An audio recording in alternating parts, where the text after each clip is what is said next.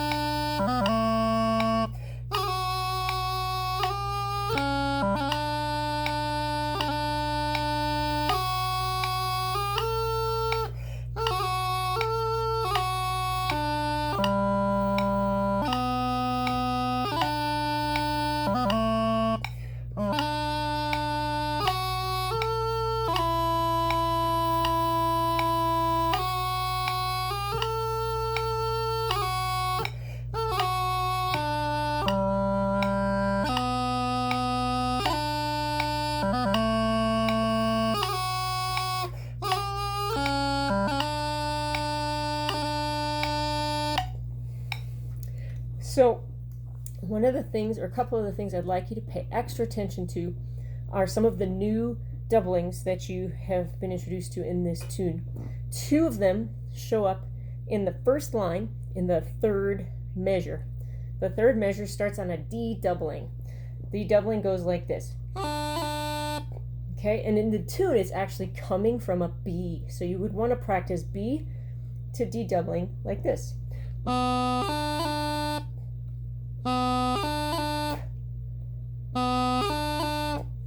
The other new embellishment that you learned is called a limlua, right? Also known as a grip, but this is a limlua. It goes from D to low A, but with a bunch of grace notes in between. And the grace notes are, when you're on the D, you go down to low G, you lift up the B finger to make a B grace note, bring it back down to make another low G grace note, and then go up to low A. So it sounds like this from D. Again, the limlua. One more time. So when you practice those before or after the tune, make sure that the low G's are very clear and that the B finger is clear. And one of the other doublings that is a little bit maybe new, or you haven't played it for a while, occurs in the very last measure of part 1 or part 2. It's the ending phrase. The very last measure starts on a double high G. It's coming from an F. So I want you to find the last measure of the second line of part 1. You've just played an F doubling and you're on F, and you're going to go to a G doubling, which goes like this.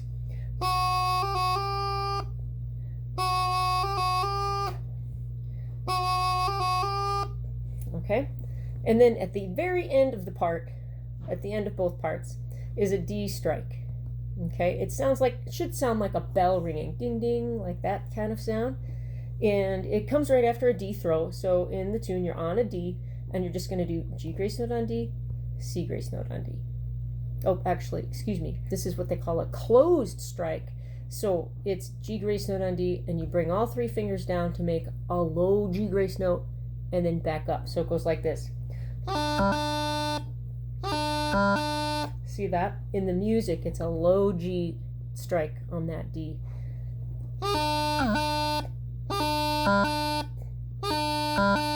You want to make sure you get full closure on that. In the lesson, I believe I mentioned, I said it wrong. I said it was a C.